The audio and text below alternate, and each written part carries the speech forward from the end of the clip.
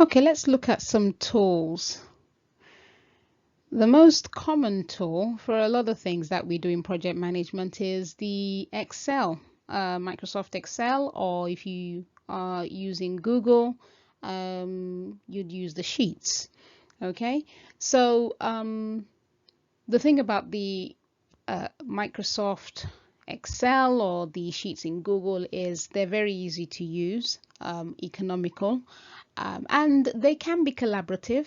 But what you see, the thing about these particular tools is unless you've had somebody who's very good at these tools set them up in such a way that they really do make for effective RAID management, then there's a lot that you miss out on when you are comparing these tools with something that is more created for RAID management.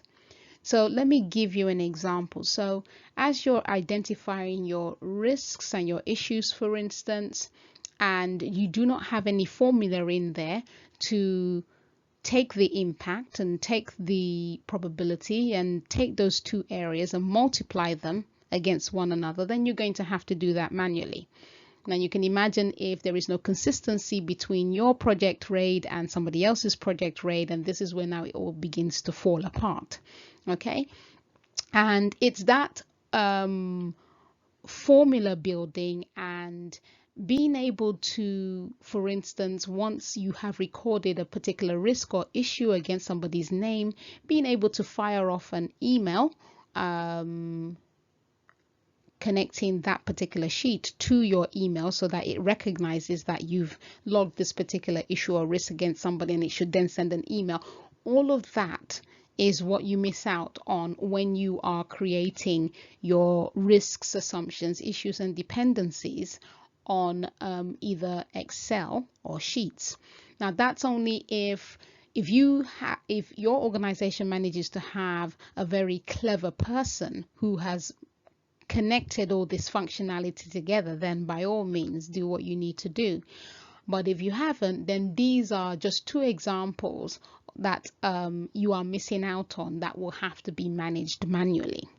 Okay, and then we have web-based tools. We have tools that are specifically designed and created to manage your risks and issues. Okay, as you can see down at the bottom here, we have a bit of a sort of like a Kanban board coming, or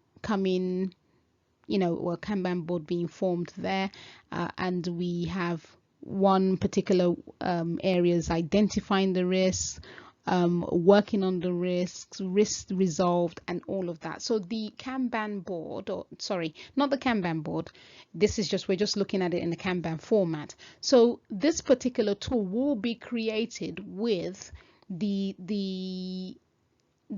intention of managing these risks, assumptions, issues, and dependencies. Now, how do they differ from something like Excel and Sheets? Something that doesn't have that level of functionality is this tool should have that level of functionality. It should be easy to use. It should be collaborative in the sense that people should be able to log in to it from wherever they are. Scoring should be built into it. Escalation and notification capability should be built into it. So for instance, if a very high risk has been identified and recorded on that particular till, it should be connected to notifications. It should be connected to particular people within that organization who would then receive a notification that this is what's happening. You now need to come in and help with this particular risk or issue. So that web-based tool should have that level of functionality. And if you're ever in a situation where you are comparing, whether or not you should go with Excel or Sheets, and you're comparing that with a web-based tool that you have found online, then, have very high expectations in terms of how that web-based tool is going to help you very effectively manage your RAID items. Now, the thing to bear in mind with web-based tools and with all tools is that if you have one tool that manages your risks and you have another tool that manages your project planning, for instance, and you have another tool that manages your project costs, then you are beginning to accumulate a lot of tools. So a decision, something else at the back of your mind is that I'm adding yet another tool to my landscape of tools.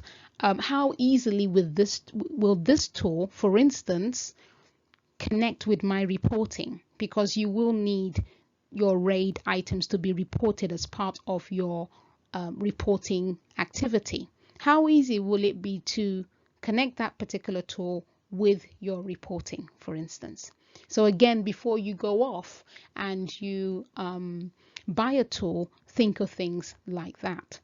So my recommendation is always to start very simple. First of all, let's even get into a process of recording, identifying, scoring. Let's even get into a process of making sure we even meet as a team, and we have a process whereby we're recording these items consistently and effectively, and we are discussing them and we're coming to the right outcomes. Let's even get into a process around that before we start to worry about tools. And while we're doing that, the best way to do it is to use Excel, to use Sheets. Get into a very good practice first, and then you can start to really think about what kind of tools can we use to help in this particular situation. Okay, so we've come to the end of this segment of the course. We've had a very good look at what kind of tools we can use for project RAID management. So next we are going to look at how scoring works in project RAID management. To access this, please click onto the next segment of the course.